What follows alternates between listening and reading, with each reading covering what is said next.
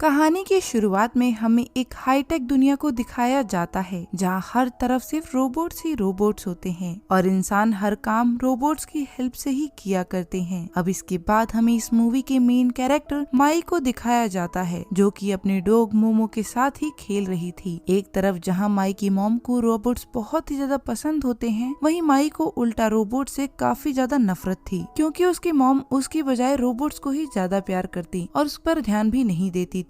ऐसे ही एक दिन एक प्रोडक्ट लॉन्च देखने के लिए माई की मॉम माई को भी अपने साथ ले जाती हैं। वो दोनों IQ रोबोटिक्स के हेडक्वार्टर्स जाते हैं जहां और भी हजारों लोग आए हुए थे। वो हेडक्वार्टर बहुत ही एडवांस और शानदार था जहां हर तरफ रोबोट्स ही रोबोट्स थे। वो सभी इंसानों की चेकिंग करके उन्हें एंट्री दे रहे थे। माई भी अपनी मॉम के साथ ऊपर जाने लगती है, लेकिन तभी उसे नीचे एक स्टेडियम नजर आता है। वो अपनी मॉम को मैच देखने के लिए बोलती है, लेकिन उसकी मॉम नए रोबोट्स को देखने के लिए इतनी ज्यादा एक्साइटेड थी कि वो उस पर ध्यान नहीं देती, जिसे देखकर माई को बहुत ही ज्यादा बुरा लगता है और वो खुद ही अकेले नीचे जाने लगती है। तभी एक सिक्योरिटी रोबोट आकर उसे रोकते हुए वापस अपनी मॉम के पास जाने के लिए कहता है, लेकिन माई उसकी एक भी बात नहीं सुनती और उल्टा उसी पर चढ़ जाती है। अब रोबोट भी उसका भार नहीं संभाल पाता और वो नीचे क्रैश हो जाता है, जिससे वो दोनों ही नीचे जाके गिरते हैं। वहीं कुछ सिक्योरिटी गार्ड्स माइक को पकड़ने के लिए उसका पीछा करने लगते हैं। तब माई उनसे बचते हुए भागती है और जल्दबाजी में भागते हुए वो एक सीक्रेट लैब में भी पहुंच जाती है, जहां हम साइंटिस्ट डॉक्टर राइस और उसके रोबोट को किसी प्रोजेक्ट 77 पर काम करते हुए देखते हैं। असल में वो एक रोबोट बना रहे थे जिसके पास बहुत ही ज्यादा शक्ति थी। डॉक्टर राइस के वहां जाने के बाद माई बाहर आती है और देखती है कि प्रोजेक्ट 77 नॉर्मल रोबोट से काफी ज्यादा बड़ा है। वो जैसे ही उस रोबोट को टच करती है, वहाँ की मशीन्स तुरंत ही स्टार्ट हो जाती हैं और देखते ही देखते रोबोट 77 भी एक्टिवेट हो जाता है। वो माई को हेलो बोलता है और उसके पास आने लगता है। अभी वो दोनों बात कर ही रहे थे कि तभी वहाँ पर सिक्योरिटी रोबोट्स भी आ जाते हैं और माई को जबरदस्ती बाहर करने लगते हैं। इन सभी झगड़े के बीच माई का बैकपैक वहीं पर गिर जाता है। माई उसे लेने की बहुत ज्यादा कोशिश करती है, लेकिन सिक्योरिटी रोबोट्स उसकी एक भी नहीं सुनते और उसकी मॉम के पास ले जाकर उसे छोड़ देते हैं, जहाँ पे मौजूद सभी लोग बहुत ही ज्यादा एक्साइटेड थे क्योंकि IG टेक्नोलॉजीज का CEO जस्टिन वहाँ पर नेक्स्ट रोबोट जेन 6 को लॉन्च करने वाला होता है। वो सभी को जेन 6 के सारी फैसिलिटीज बताकर उसे लॉन्च कर देता है और वहीं पर ऐलान करता है कि वो सभी को फ्री में एक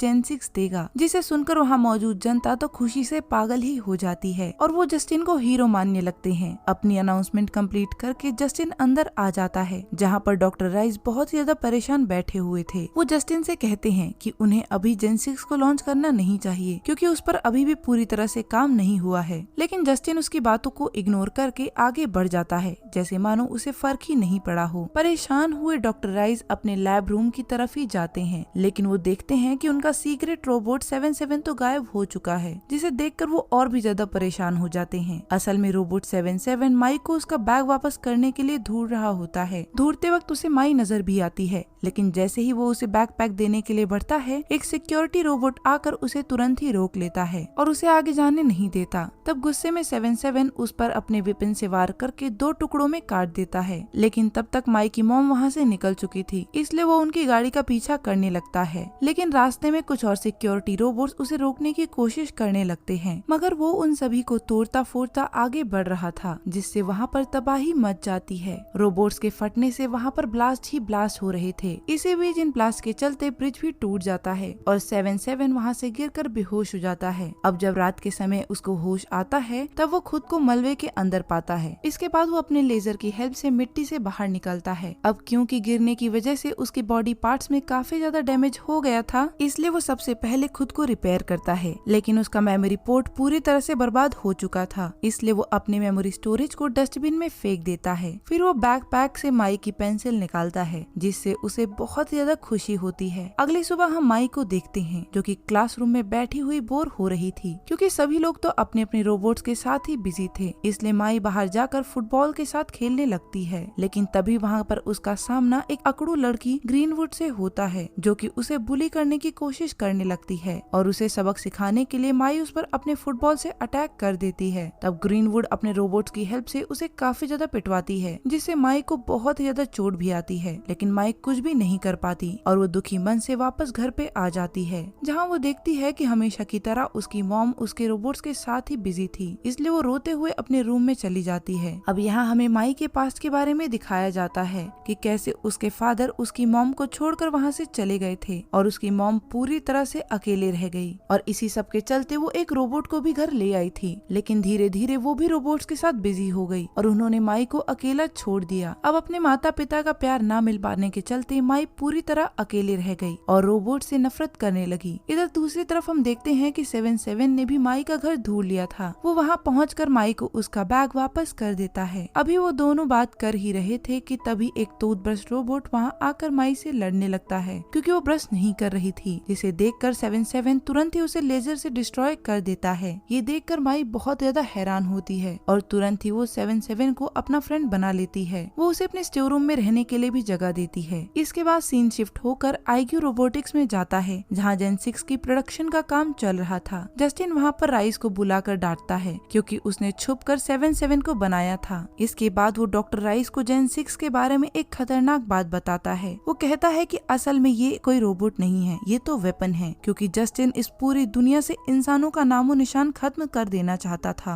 इसलिए ही उसने जेन 6 बनाकर सभी को फ्री में बांटने का ऐलान किया था। इधर अगली सुबह माई 77 को लेकर ग्रीनवुड से बदला लेने के लिए जाती है और 77 वहीं पर एक चुटकी में ही उसका रोबोट डिस्ट्रॉय कर देता है, जिसे देखकर ग्रीनवुड और उसके दोस्त वहाँ से डरकर भागकर चले जाते हैं। यहीं से माई और 77 बहुत ही ज्यादा अच्छे दोस्त बन जाते हैं और अब जो भी रोबोट माई को पसंद नहीं आता वो 77 से कहकर उसे तुरंत ही डिस्ट्रॉय करवा देती है। लेकिन 77 की मेमोरी स्टोरेज ज्यादा न होने की वजह से उसे रोज रोज अपने फालतू मेमोरी को डिलीट करना पड़ता था, मगर वो हमेशा माई की मेमोरीज को संभाल के ही रख लेता। माई को जब ये पता चलता है तब वो उसे तसल्ली देकर उसकी मेमोरीज डिलीट करने में हेल्प करती है। वहीं दूसरी तरफ हम जस्टिन को देखते हैं जो कि एक टॉक शो में बैठा हुआ था। तभी शो का एंकर उसे प्रोजेक्ट 77 द्वारा की गई डिस्ट्रक्शन को दिखाता है और उससे कुछ सवाल पूछता है। तब जस्टिन साफ साफ इनकार करते हुए कहता है कि उसने ये रोबोट नहीं बनाया और वो तुरंत ही उसे बंद कर देगा। लैब आकर वो डॉक्टर राइस पर बहुत ज्यादा भड़कता है और उन्हें डांटते हुए कहता है कि तुमने 77 को क्यों बनाया, अब तुम तुरंत ही उसे ढूंढ कर डिस्ट्रॉय कर दो, क्योंकि अगर तुमने ऐसा नहीं किया तो मैं तुम्हें मार डालूंगा। बेचारे डॉक्टर राइस को 77 का पता नहीं था कि वो कहाँ पर है, लेकिन सीसीटीवी की मदद से वो माई का पता लगा लेते हैं। इधर दूसरी तरफ माई दिन पर दिन और भी ज्यादा एग्रेसिव होती जा रही थी। वो 77 को ज्यादा से ज्यादा रोबोट्स को मारने का ऑर्डर देती जाती है। एक दिन वो गुस्से में लड़ाई के चलते 77 को ग्रीनवुड को मारने को कहती है, लेकिन ऐसा करने से 77 मना कर देता है, जिसके चलते उन दोनों में झगड़ा हो जाता है। घर पहुंचकर जब 77 के पास कोई भी फिजूल मेमोरी डिलीट करने को नहीं बची होती, तब वो सिर्फ माई की मेमोरीज को रखने के लिए अपने वेपन सिस्टम को ही डिलीट कर देता है और माई से मिलने के लिए उसके रूम में जाता है। लेकिन माई अपने रूम में नहीं थी। तब वो अपनी पावर से देखता है कि माई पास के ही हिल्स पर चली गई है, इसलिए 77 उसे मनाने के लिए गिफ्ट बनाकर उसके पास जाता है, जहाँ वो अपने गिफ्ट को ऑन करके स्टार्ट कर देता है, जिसके स्टार्ट होते ही आसमान में एक रेनबो नमा चीज बन जाता है और उसमें माई की फैमिलीज की फोटोज भी आने लगती हैं। ये सब देखकर माई को बहुत अच्छा लगता है और उसके आंखों में आंसू आ जाते हैं और वो दोबारा से 77 से दोस्ती कर लेती है। अब इसके बाद वो दोनों घर आते हैं, लेकिन घर वापस आने पर माई डॉक्टर राइस को अपने घर पर देखती है, जो कि 77 से मिलने पर उसे चेक करने लगते हैं और उसके अंदर वापस से एक मेमोरी पोर्ट भी लगा देते हैं। इसके बाद वो सभी को जस्टिन के बुरे इरादों के बारे में बताते हैं कि कैसे वो सभी लोगों को मारना चाहता है और पूरी दुनिया पर रोबोट्स का राज कायम करना चाहता है। वो आगे कहते हैं कि उन्होंने सभी को बचाने के लिए ही 77 को बनाया था। अभी वो उनको ये सब कुछ बता ही रहा था कि तभी जस्टिन ये सब बातें सुन लेता है और वो तुरंत ही अपने रोबोट्स को उन सभी पर अटैक करने का ऑर्डर देता है, जिसके चलते वहाँ पर एक फाइट शुरू हो जाती है। डॉक्टर राइस तो वहाँ से भाग निकलते हैं, मगर 77 अपने वेपन सिस्टम के इनएक्टिव होने के चलते कुछ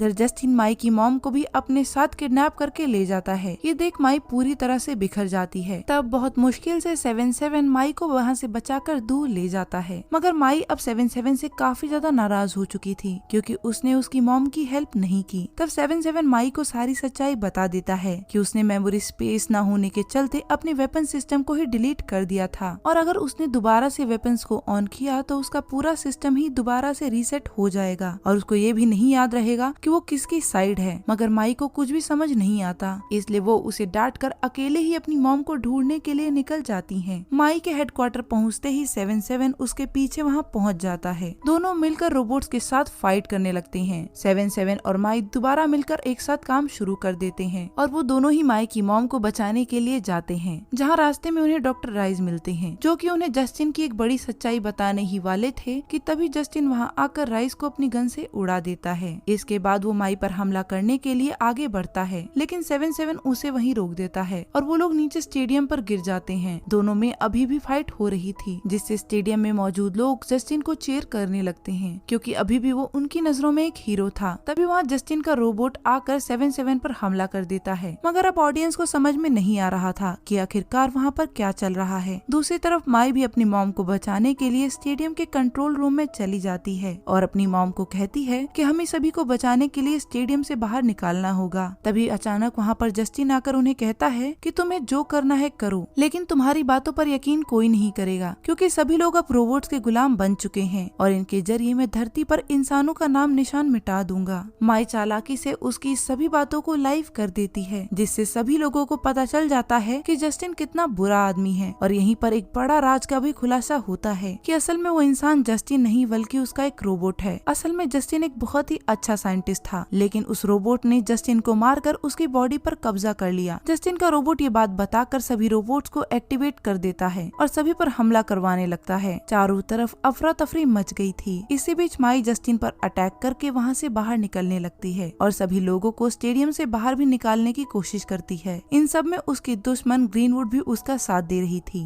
इसके बाद सीन शिफ्ट होकर 77 पर जाता है, जो कि जस्टिन के हमले से खुद को बचा रहा होता है। काफी देर तक उनके बीच में फाइट चालू रहती है, लेकिन किसी तरह वो खुद को बचा लेता है। तब जस्टिन जाकर माई को पकड़ लेता है और जैसे ही वो उसे मारने वाला होता है, 77 आकर उसे बचा लेता है और अपने सिस्टम को रीसेट भी कर देता है, जिससे उसका वेपन सिस्टम दोबारा से एक्टिवेट हो गया था और वो माई को बचा लेता है। इसके बाद वो अपने वेपन सिस्टम का इस्तेमाल करके सभी रोबोट्स को मार गिराता है, लेकिन अभी भी जस्टिन का मेन रोबोट जिंदा था, इसलिए 77 उसे अपने वेपन की मदद से लड़ने लगता है। यहीं धीरे धीरे उसकी पुरानी मेमोरीज भी डिलीट होती जा रही थी, मगर वो उस रोबोट को पूरी तरह तोड़कर डिस्ट्रॉय कर देता है। अब सिर्फ जस्टिन ही बचा था, लेकिन इससे पहले 77 उसे मार पाता वो रिसेट हो जाता है। ये देखकर माई को बहुत ही ज्यादा बुरा लगता है और वो उसके पास आकर रोने लगती है। तभी वहाँ पर जस्टिन भी आ जाता है। तब गुस्से में आकर माई पास ही पड़े रोबोट्स के टुकड़े से जस्टिन के माइंड कंट्रोल को ही तोड़ डालती है, जिससे वो वहीं पर धराशायी हो जाता है। अब धीरे धीरे सभी लोग बाहर आते हैं। तभी अचानक ही 77 की भी लाइट ऑन हो जाती है और माई को लगता है कि वो वापस आ गया है, लेकिन असल में 77 पूरी तरह से रीसेट हो चुका था, जिसका मतलब था उसे कुछ भी याद नहीं होता। इसके बाद हमें कुछ दिनों बाद का सीन दिखाया जाता है, जहाँ पर माई अपनी मॉम के साथ